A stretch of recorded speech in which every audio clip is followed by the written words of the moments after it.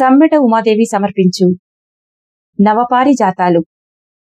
నేటి కథ ఏటి పాట. రచన శివరాత్రి సుధాకర్.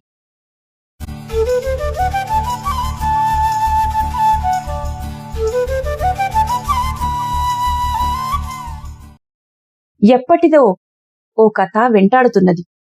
చాలా ఏళ్ల క్రితం సగం రాసి ఇక వశపడక ఆపేసిన కథ. ఇన్నాళ్లుగా రాయలేని కథ. లోలోపల కన్నీటి నదై పారే కథ. ఏమని రాయని కథని? కల్లోల జ్ఞాపకాన్ని.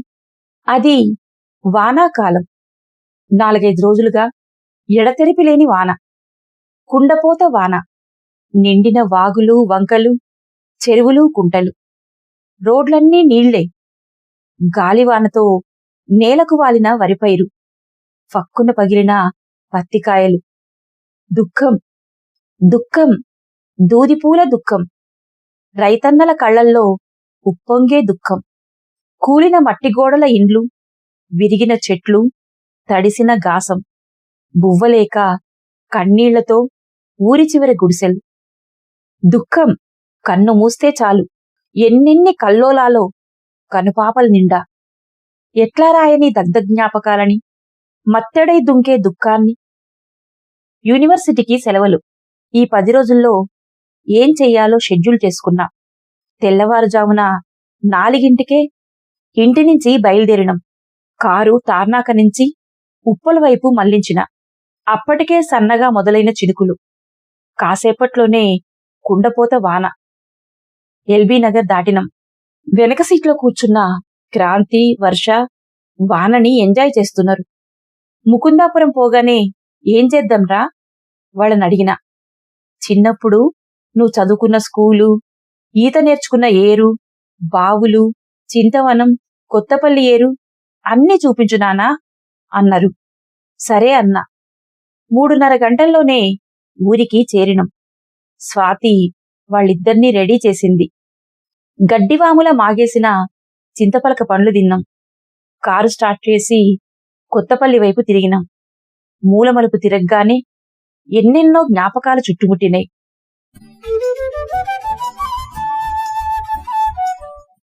అది చిన్నప్పుడు నేను ఈత నేర్చుకున్న ఏరు. నా బాల్యాన్ని వెలిగించిన ఏరు. పాటలై హోరెత్తిన ఏరు. పొంగే ఏరును చూస్తామన్నారు పిల్లలు. కారును వంతెన ఇటుచివర ఆపినం. ప్రవాహాన్ని చూస్తూ పిల్లల కేరింతలు. పారే ఏటిలో ఎండపొడకు తళతళ మెరుస్తున్న చిన్న చేపలు, గవ్వలు, ఆల్చిప్పలు. కాసేపట్లో సన్నని చినుకులు మొదలైనాయి. ఏటి ప్రవాహంపై కురిసే చినుకుల్ని చూస్తూ చిందేస్తున్న పిల్లలు. అక్కడే వంతెన మధ్యలో ఓ మహిళ కాళ్లు ఏటిలోకి వదిలి కూర్చున్నది. ఆమెకు 50 ఏళ్లకు పైగా ఉండొచ్చు. చెదిరిన జుట్టు, చినిగిన జాకెట్టు, అస్తవ్యస్తంగా చుట్టుకున్న చీర. పారే నీళ్లలోకి చిన్న చిన్న రాళ్లు విసురుతూ నవ్వుతున్నది. బహుశా ఆమెకు మతిస్థిమితం లేదని పిల్లలకు అర్థమైంది. ఆమెను దాటేసి వంతెన అటువైపుకి చేరినం. అక్కడే ఏటి ఒడ్డున ఉన్న మర్రి చెట్టు కింద ఓ 80 ఏళ్లు దాటిన ముసలమ్మ కూసొని ఉన్నది. గాజుకళ్ల ముసలమ్మ. కంటి చూపు సరిగా లేదామెకు.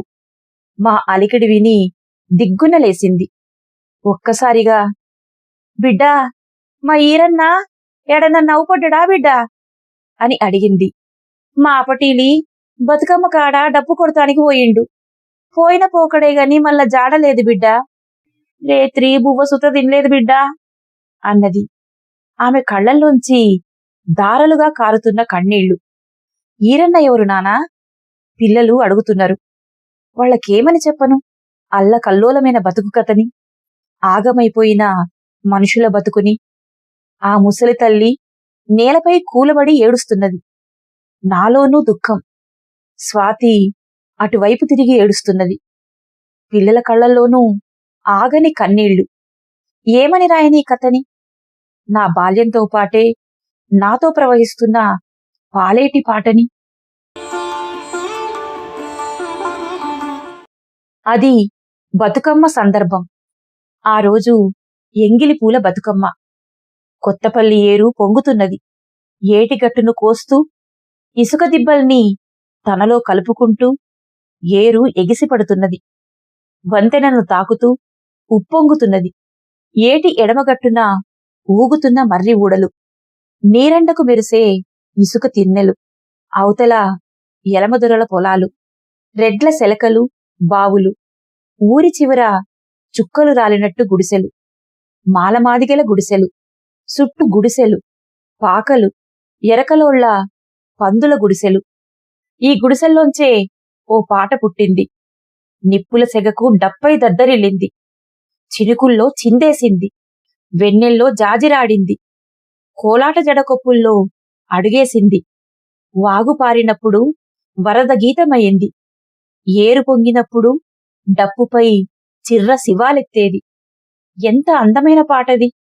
ఆ పాట వీరన్నది, ఎరుకని వీరన్నది. నిప్పుల గుండంలో దూల ఆడించే డప్పుపాట వానిది. వాని పాటకు ఏరు నిదరపోయేది. వెన్నెల పరవశించేది. వెలమాళ్ల పద్మావతి గుండెల్లో వీరని పాట మోగేది. ఆమె కాలిమువ్వల్లో చిక్కిన మనసు అనిది. ఎట్లా పరిచయమైంది తను? వాళ్ళిద్దరినీ ఇట్లాంటివానే కలిపింది. బతుకమ్మే కలిపింది. ఓ రోజు వీరన్న ఏటి ఒడ్డున కంచెలో పశువుల్ని తోలి మర్రి చెట్టు కింద పరుపు బండపై అడ్డం ఒరిగిండు. ఆకాశం నిండా మబ్బులు. గాలి ఉధృతమైంది. వీరన్న తలపాగాలో నుంచి పిల్లన గోవి తీసి రాగమెత్తిండు. దిగులు మేఘం కమ్మినప్పుడు దుఃఖమై పొంగినప్పుడు గుండె ఏరై పారినప్పుడు కనుల సింగిడి మెరసినప్పుడు వెన్నెలై చిందులాడే వాన చినుకై ఎదను తడిపే బీడు భూమిన మొలక నవ్వునా కనుల వెలుగై దారి చూపే నా మట్టి పాదం పుట్టు మచ్చను తనివి తీరా ముద్దులాడే తనివి తీరా ముద్దులాడే చింతపూల నవ్వులవాడు పున్నాగ పూల నవ్వులవాడు. గాయపడ్డ పాట గాలిలో తేలియాడుతున్నది. అలలు అలలుగా కల్లోల కలల పాట. అది నాట్లేసే కూలితల్లుల కోయిల రాగాల్లో కోరసయ్యింది. సామూహిక రాగమయ్యింది. అప్పుడే దోస్తుల వెంట పద్మావతి పొలం గట్ల మీదుగా ఏటి ఒడ్డుకు వస్తున్నది.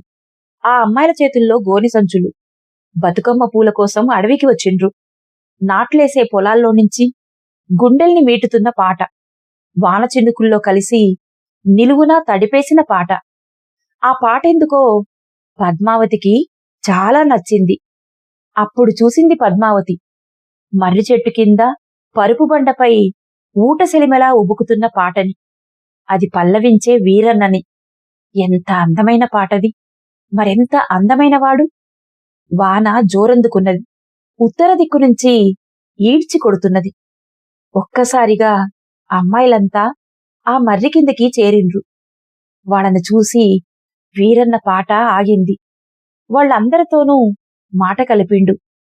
వీరన్నా, ఈ టేకు చెట్లు మస్తు ఎత్తున్నయి, పూలు అందట్లేవు, జర కోసేరాదు అని అడిగిండ్రు. వాన ఎలిసిందనక ఆగుండ్రి, కోసిత్తా అన్నాడు. గంట తర్వాత వాన ఎలిసింది. కంచెల ఉన్న టేకు చెట్లన్నీ ఎక్కి పూలు కోసిచ్చిండు. వాళ్ళు గోనె సంచుల్లో నింపుకొని ఇంటికి పోయిండ్రు. బతుకమ్మ కోసం పూలేరుతున్నంతసేపు ఆ అమ్మాయిల గొంతుల్లో అదే పాట. ఇంటికి చేరేదాకా దారి దారంతా అదే పాట. ఏటి పాట, సెలయేరై తడిపే పాట. అట్లా పరిచయమైండు వీరన్న. ఆ రోజు నుంచి సద్దుల బతుకమ్మ దాకా రోజు విడిచి రోజు బతుకమ్మ పూల కోసం పద్మావతి తన దోస్తులతో కలిసి అక్కడికి వచ్చేది. వీరన్న పాట వినడానికి, అతన్ని చూడటానికి.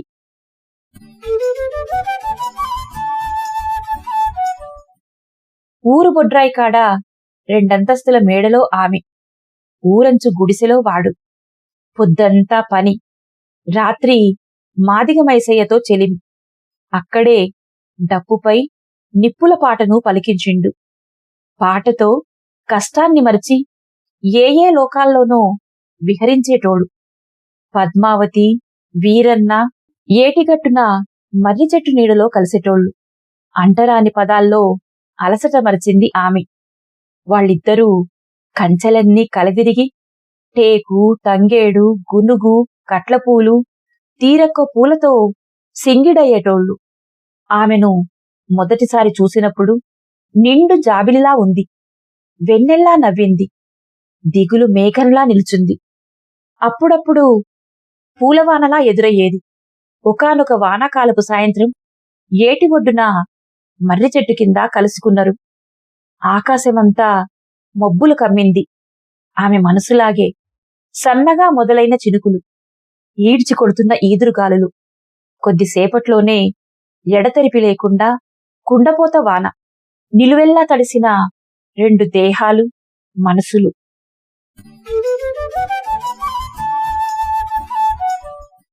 రాత్రయింది. అంతటా వెన్నెల కురుస్తున్నది. అచ్చం ఆమె నవ్వులాగే. ఇంకా ఎలవని ఆ వానలో తడిసిన ఆమె రెండు కళ్ళు, వెన్నెల్లో మెరుస్తున్న కన్నీటి సుక్కలు ఒక్కొక్కటిగా వీరన్న పాదాలపై రాలుతూ మునివేళ్లను తడుపుతున్నాయి.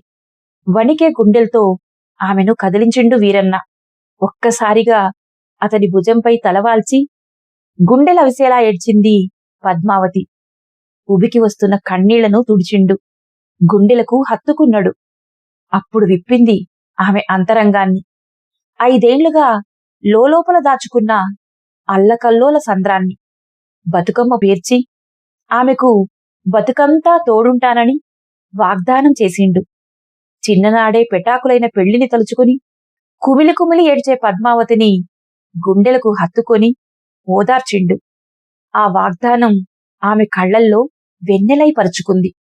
పొంగే ఏరు సాక్షిగా ఇదే మర్రి చెట్టు దాపున వాళ్ళిద్దరూ ఏకమైన్రు.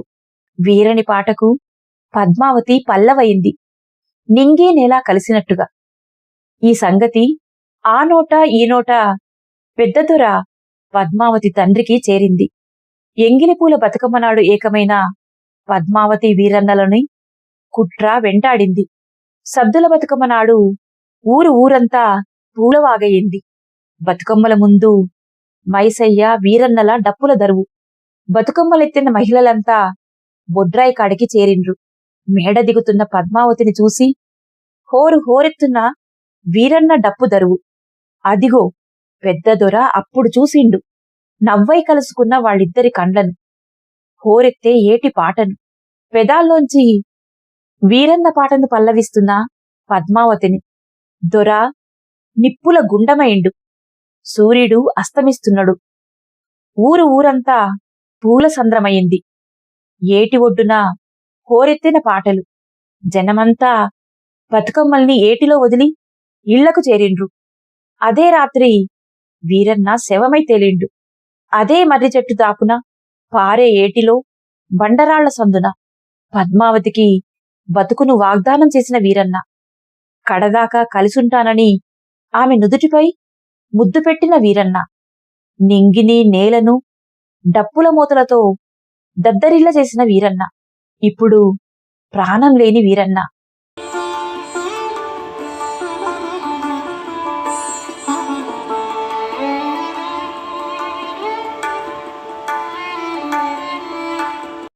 ఈ సంగతి ఊరంతా తెలిసింది. చిన్నలు, పెద్దలు, సోరపోరలు, ముసలివాళ్లు, పల్లెంతా అక్కడికి కదిలి వచ్చింది. మూగపోయిన పాటల జలపాతాన్ని చూసి కంటికి పుట్టెడేడుస్తున్న తల్లులు, చంపిందెవరో పారే ఏటికి తెలుసు, చుక్కలు పూసిన నింగికి తెలుసు, రెక్కలు విప్పిన అడవి పూలకు తెలుసు, ఊరందరికీ తెలుసు. అయినా ఒక్కరూ నోరు విప్పలేదు. ఈ దుర్మార్గాన్ని మాట్లాడితే ఎన్ని తలలు తెగిపడతాయో తెలుసు, మరెన్ని గుడిసెలు దగ్ధమవుతాయో తెలుసు. అందుకే ఈ మౌనం. వీరన్న అంతిమయాత్ర సాగుతున్నది. ఊరంతా కదిలింది. మాదిగ మైసడు డప్పందుకున్నాడు. వాని లోపల రగిలే దుఃఖం, కోపం, కసి డప్పును నిప్పుల గుండం చేసిండు. పిడుగులు పడ్డట్టు ఊరంతా దద్దరిల్లింది. అది ప్రచండ సంగీతమైంది. పాడె ముంగట ముత్రాసి పూలమ్మ పాటెత్తుకున్నది. అది వీరుని పాట, వీరన్న పాట. ఊరంతా కోరస్ అందుకున్నది. పాటల ప్రవాహమైంది. వీరన్న మృతదేహాన్ని పాలేటి ఒడ్డుకు తెచ్చిండ్రు. చితిపై వీరన్న. ఆగిపోయిన గుండెలయల్లో మూగపోయిన పాటలెన్నో. చితిమంటల్లో కాలి బూడిదైన వీరన్న. మైసడు ఊరొదిలిండు. పోయేటప్పుడు వీరన్న తల్లిని కౌగలించుకొని పొగిలి పొగిలి ఏడ్చిండు. గుడిసె ఎనగ్గర్రకు ఎలాడుతున్న కొడవలి అందుకున్నాడు. అది ఈతమండలు కోయటానికి వీరన్న తండ్రి సుంకన్న చేయించిన కొడవలి. అడవి మృగాల్నించి రక్షించిన ఆయుధం. సుంకన్న చనిపోయినాక అది ఎనగర్రకే ఉన్నది. ఇప్పుడు మైసని చేతిలో. అదే రాత్రి మైసడు ఊరొదిలిండు. ఎక్కడికి పోయిండో ఎవ్వరికీ తెలియదు.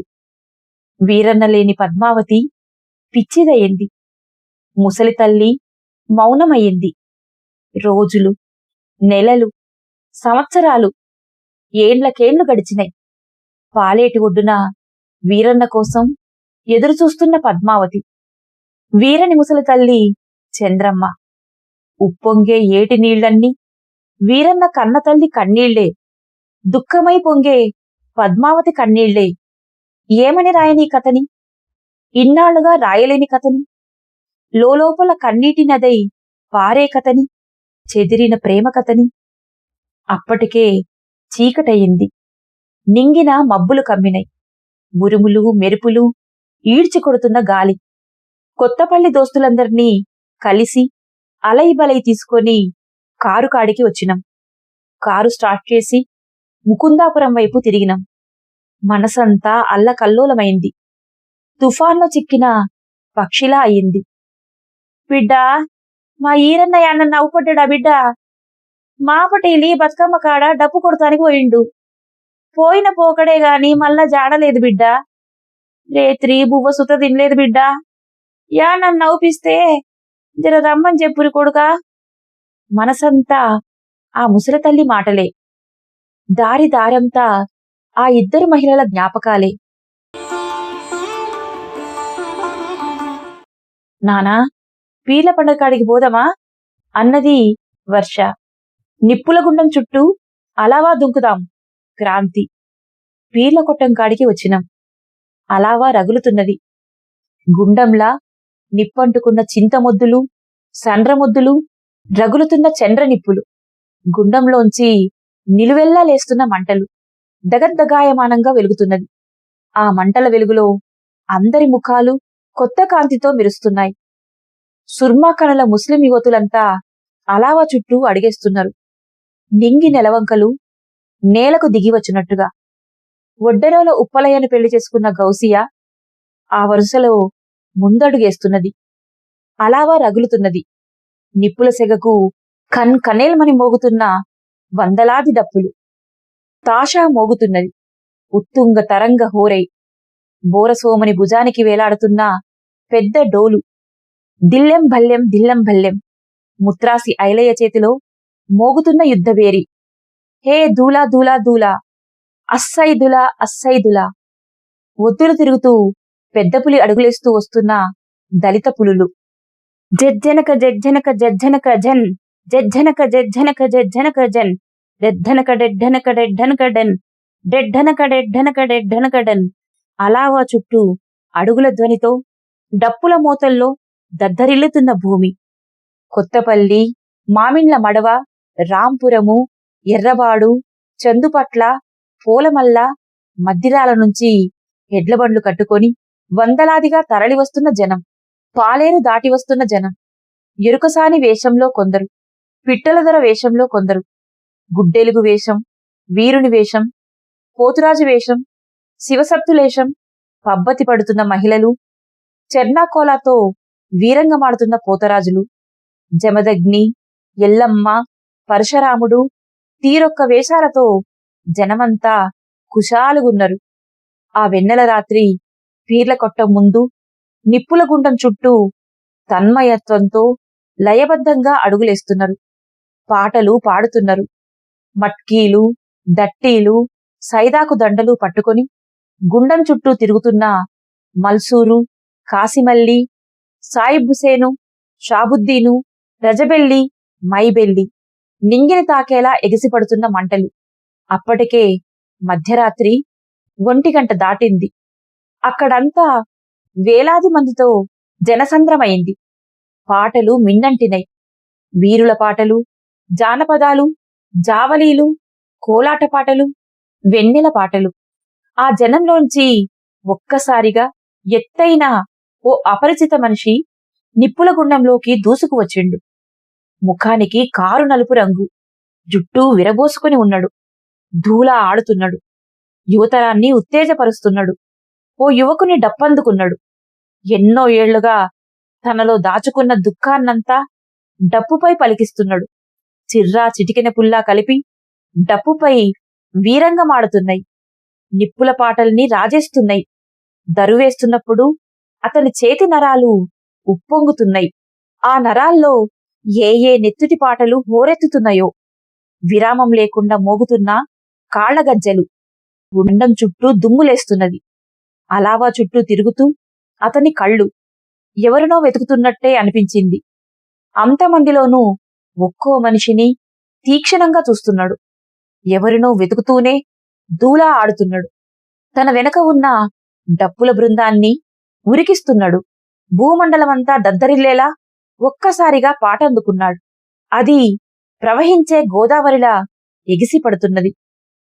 దుక్కి దున్ని మొక్క నాటి బుక్కెడు బువ్వే లేదు, నీ చెమటా సుక్కలన్నీ సెలమలయ్యి ఊరెను, నీ ఒంట్లో నెత్తురంత వరదలయ్యి పారెను, తరతరాల నీ బతుకు బండల పాలాయను, నీ రెక్కల కష్టమంత దొంగల పాలాయను, దుక్కి దున్ని మొక్క నాటి బుక్కెడు బువ్వే లేదు, నీ చెమటా సుక్కలన్నీ సెలమలయ్యి ఊరెను. నువ్వు కట్టిన మేడల్లా ఎవడో ఉంటున్నాడు, నీ ఆలు పిల్లల బతుకు గుడిసెల పాలాయను, నీ గుండె చప్పుడంత ఆగని దరువాయరు, బుక్కి దున్ని మొక్క నాటి బుక్కెడు బువ్వే లేదు, నీ చెమటా సుక్కలన్నీ సెలమలయ్యి ఊరెను. నీ నెత్తురు తాగేటి జలగల పట్టాలిరో, నీ కడుపు కొట్టి మేడ కట్టె దొరలను పట్టాలిరో, నీ కొంప కూల్చేటి దొంగల తరమాలెరు, దుక్కి దున్ని మొక్క నాటి బుక్కెడు బువ్వే లేదు, నీ చెమటా సుక్కలన్నీ సెలమలయ్యి ఊరెను. కోరసిచ్చే జనం గుండెల్లో పాట, డప్పుల హోరు కలిసి ప్రవహిస్తున్నది గుండె లోతుల్లోకి. పద్మావతి అక్కడే జనం మధ్య గోడకు ఆనుకుని ఉన్నది. ఈ పాట వినగానే దిగ్గున లేసింది. ఆమెలో ఆశ్చర్యం.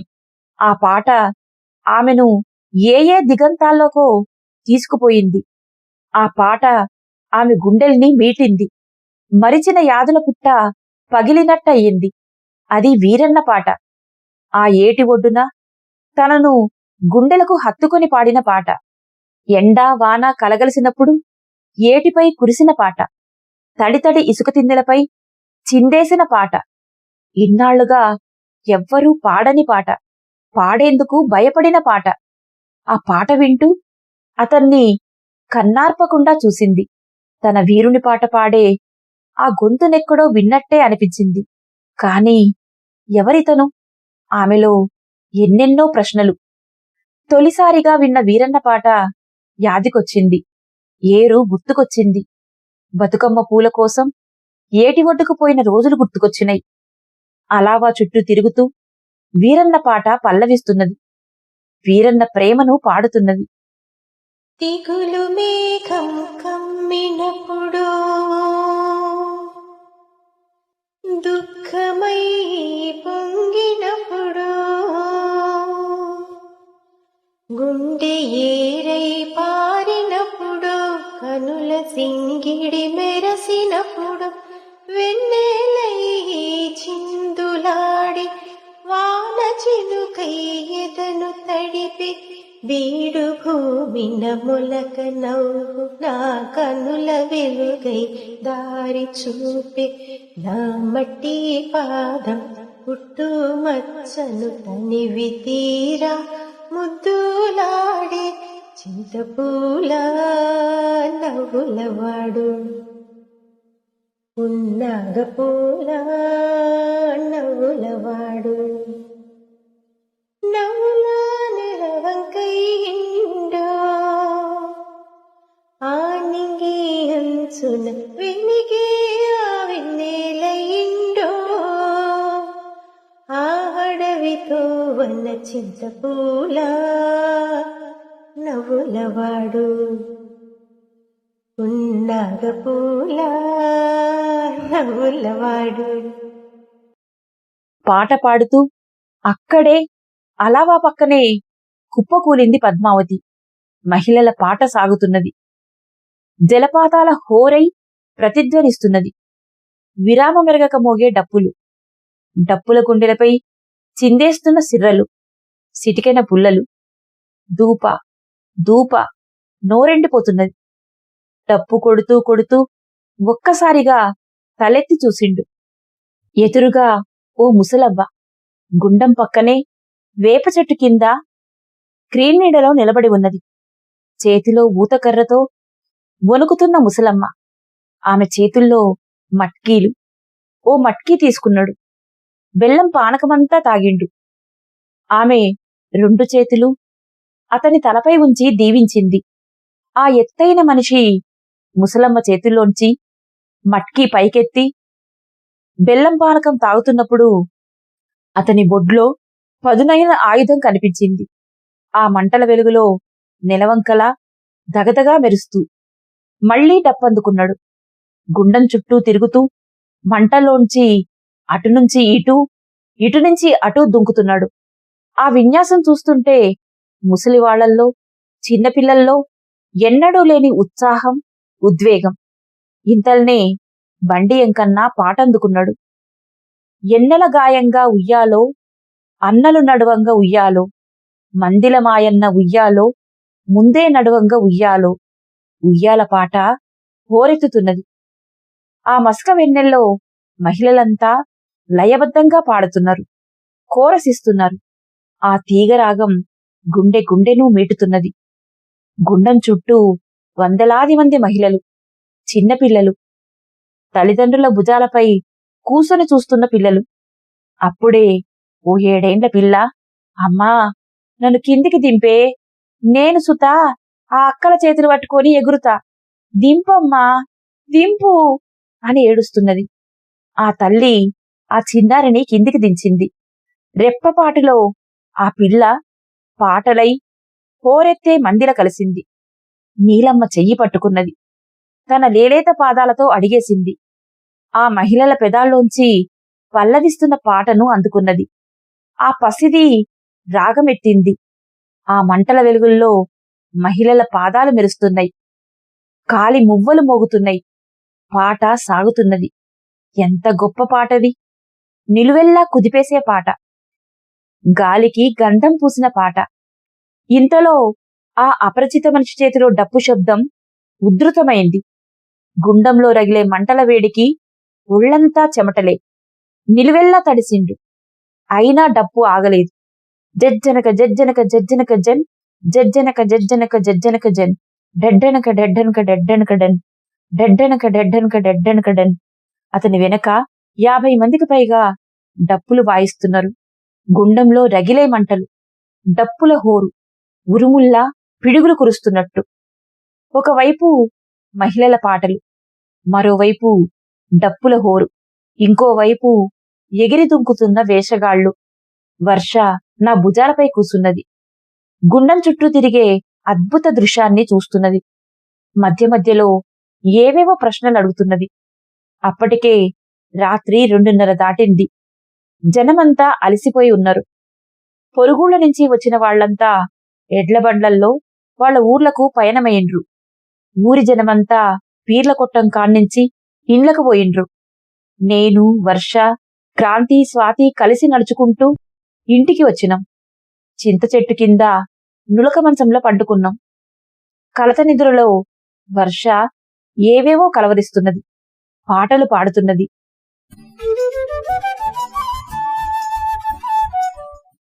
తెల్లవారుజామున గొల్లొల్ల ఆగమల్లు మామ తడక జరిపి మా ఇంటికొచ్చిండు. మల్లయ్య బావా, ఉన్నవానే? నీకీ సంగతెరకైందానే? రాత్రెప్పుడో ఏటొడ్డున మర్రి చెట్టు కింద పెద్ద దొరను సంపినంట, మెడ నరికి ఉన్నదంట అన్నాడు.